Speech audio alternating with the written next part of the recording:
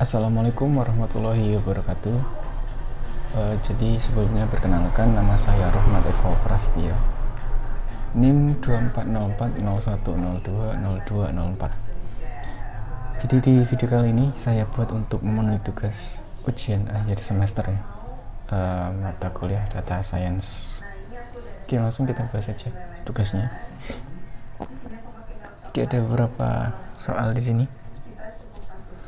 Soal nomor 1, jadi kita disuruh untuk buka file dataset Social Network Ideas CSV.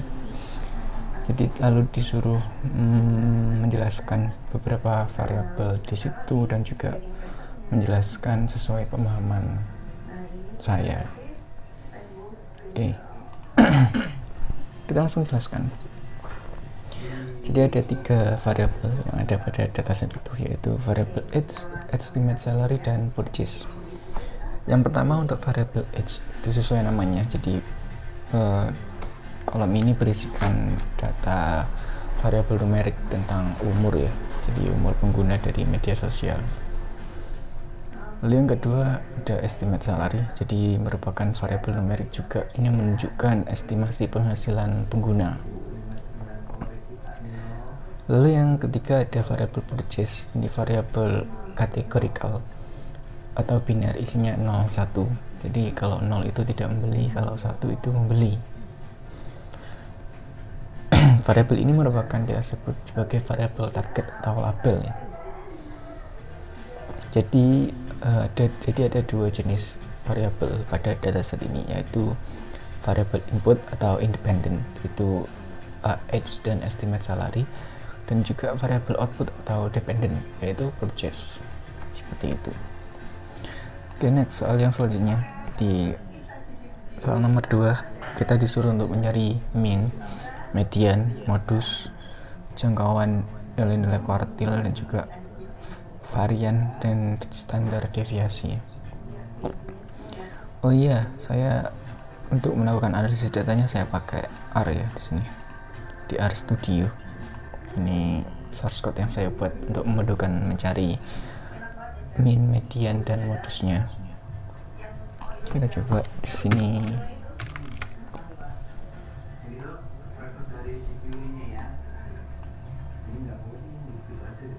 Muncul seperti ini. Agar lebih mudah kita cek di PPT saja.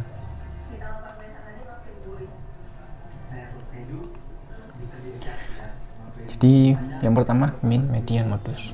Mean itu rata-rata, median itu nilai tengah, lalu modus itu nilai yang paling sering muncul ya. Untuk mean dari age ini ada 37,655, lalu mediannya itu 37, modusnya 35. Ya sama ya. Untuk estimate salary rata-ratanya itu 69.742,5, lalu mediannya 70 dan modusnya 72.000. Untuk purchase ini karena purchase isinya 0101, jadi ya hasilnya seperti ini ya. Jadi karena disuruh cari ya sudah kita cari. Di mean-nya atau rata-ratanya itu 0,3575, mediannya 0, modusnya 0. Seperti itu. Lalu selanjutnya jangkauan dan nilai-nilai kuartil. Oke. Jadi jangkauan ini adalah nilai maksimum dikurangi nilai minimum ya. Jadi dari suatu dataset atau suatu variabel ini. Lalu untuk kuartil itu ada nilai yang sudah diurutkan, lalu kita bagi menjadi 3 bagian, Q1, Q2, dan Q3. Ini saya juga pakai R juga di sini.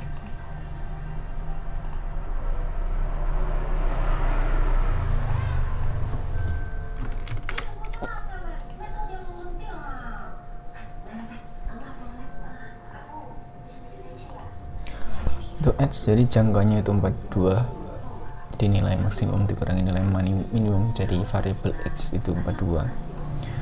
Untuk kuartil 1-nya itu 29,75, kuartil 2 itu 37, dan kuartil 3-nya 46. Untuk estimate salary di jangkauannya itu 135.000, untuk kuartil 1-nya 43.000, kuartil 2 70.000 dan kuartil 3 88.000. Kalau kita lihat di sini, kuartil 2 itu nilainya sama ya, sama dengan median gitu. Karena sebenarnya median itu sama dengan kuartil 2 kalau sebutannya. Lalu varian dan standar deviasi. Ya inilah.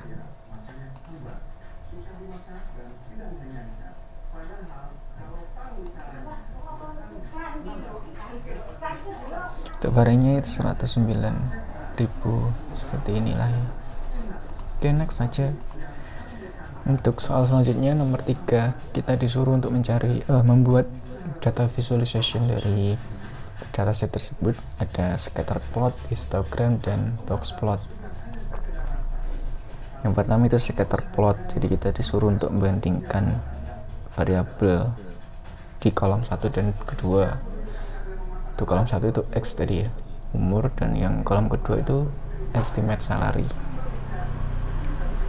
Disuruh mendeskripsikan. Oke. Jadi hasilnya saya juga pakai R ya untuk cari untuk visualisasi datanya.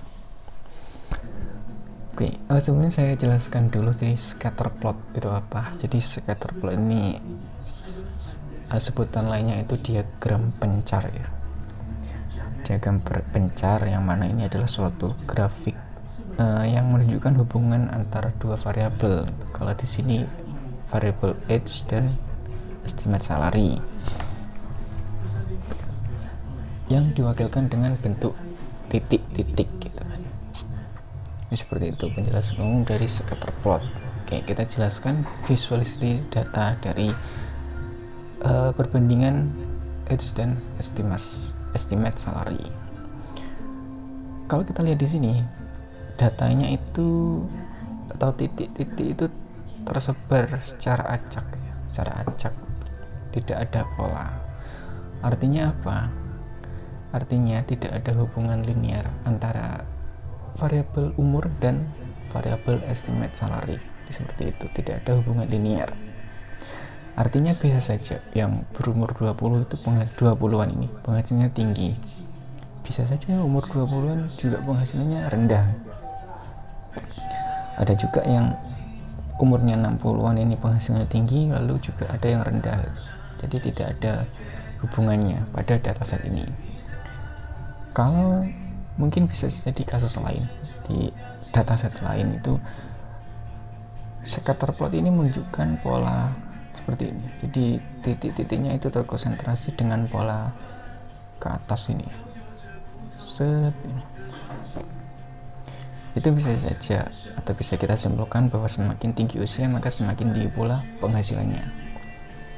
Kalau ke sini atau dari atas ke bawah titiknya terkonsentrasi untuk pola seperti itu artinya sebaliknya ya.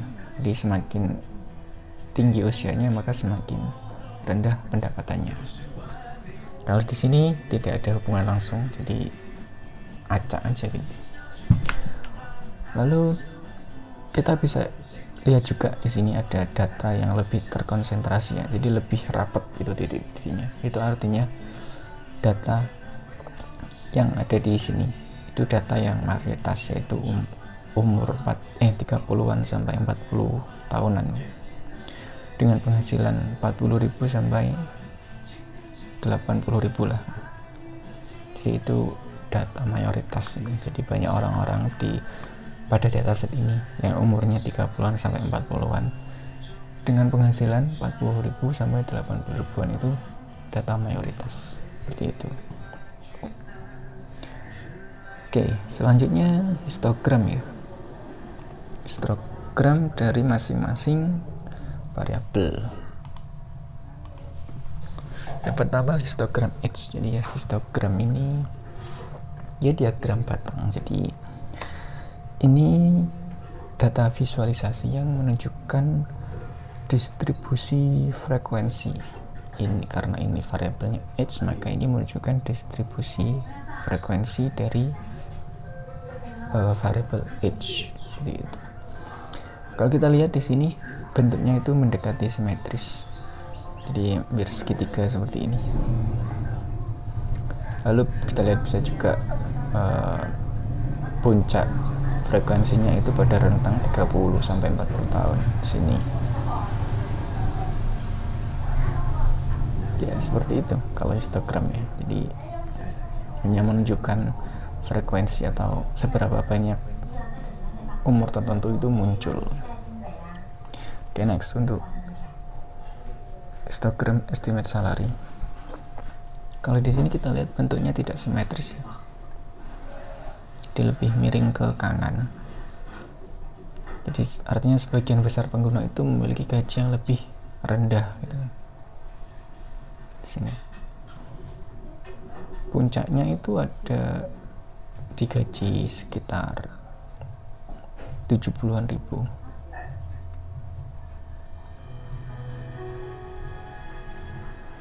Lalu menurun di sekitaran gaji 100 sampai 150 ribu itu turun. Hanya muncul segini sekitar 10 sampai 20-an. Seperti itu.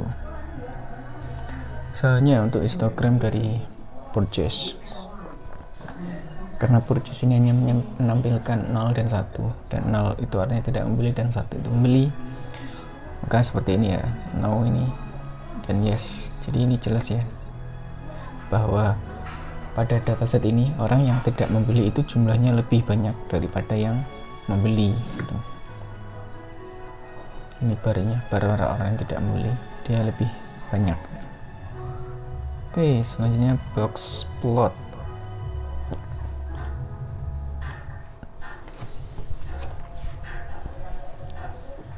Oke, jadi box plot ini cukup efektif ya. Oke, itu kita bahas nanti. Jadi kalau kita lihat di sini box plot ini ada median. Jadi median itu usia sekitar 30-an tahun. Age sama ya. Kalau kita lihat di tadi untuk median di age itu kan 37 tahun. Di sini juga ada sekitar 37 tahun. Lalu untuk kotak ini atau interquartile range sebutannya, ini menunjukkan sebaran usia antara kuartil pertama dan ketiga. Di sini, kalau kita lihat lagi untuk kuartil pertama di age itu kan sekitar 29,75 sampai 46. Ini juga dijelaskan di box plot sini. Lalu ini namanya whisker ya, atau garis vertikal di sini. Ini menunjukkan rentang usia minimum dan maksimum sekitar 18 sampai 60-an tahun. Di sini kita bisa cek outlier. Kita bahas nanti apa itu outlier. Itu oke. Dan di sini tidak ada outlier ya atau nilai ekstrimnya. Oke, next untuk box plot estimate salary. Sama aja cara membacanya. Jadi ini untuk mediannya.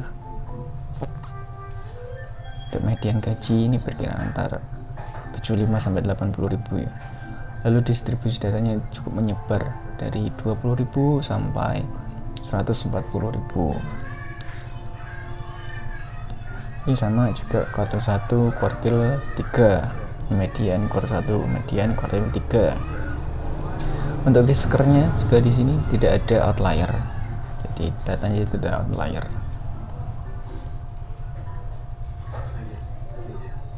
Lalu yang ketiga, box plot purchase. Karena ini 01 jadi ya hanya gini munculnya di box plot gitu.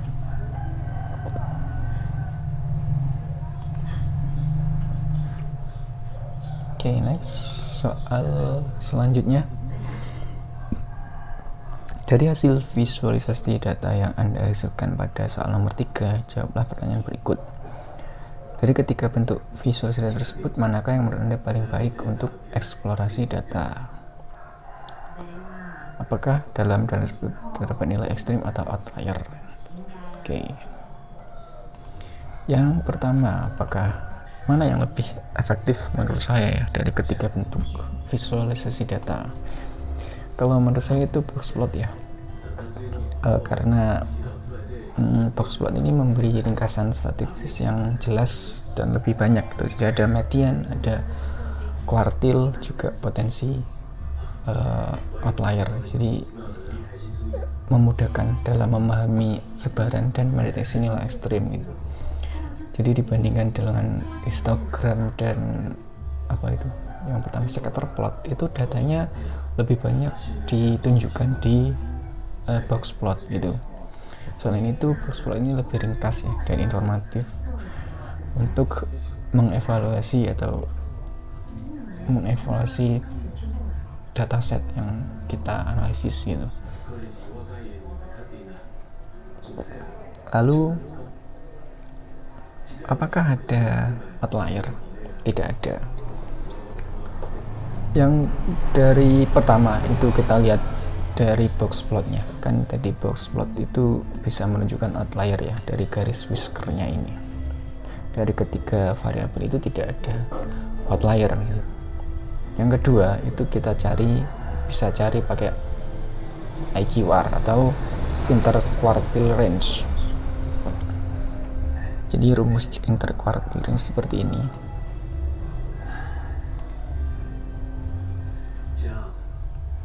Kalau saya juga buat ya source code-nya di sini.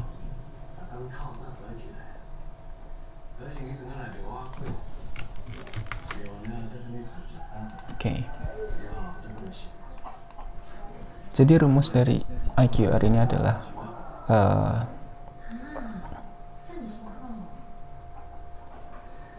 Q1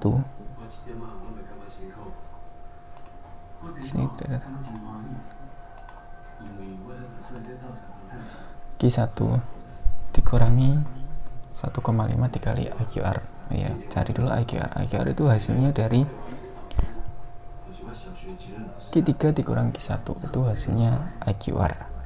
Lalu untuk mencari lower bound itu Q1 dikurangi 1,5 dikali IQR value. Untuk upper bound atau batas, upper bound itu batas atas, lower bound itu batas bawah. Jadi upper boundnya Q3 ditambah 1,5 dikali IQR value. Kalau kita run ya, itu tidak ada ya. Jadi untuk Q1 nya dari data H 29,75 dan Q3 nya 46. Jadi saat dikurangi 46 dikurangi 29,75 itu hasilnya kan 16,25, itu IQR value. Sudah dimasukkan ke rumus lower bound atau batas bawahnya itu Q1 dikurangi 1,5 dikali IQR value. Lalu ditemukannya di sini untuk lower bound atau batas bawahnya 5,375 dan upper boundnya 70,375 gitu. Karena data yang ada pada dataset khususnya di variable H ini tidak ada data yang melebihi atau kurang dari 5 dan 70,375, maka tidak ada outlier gitu. Karena kalau kita lihat datanya itu antara 18 tahun sampai umur 60-an tahun gitu. Jadi tidak ada outlier atau nilai ekstrim gitu. Untuk data estimate juga sama, cara berhitungnya seperti itu.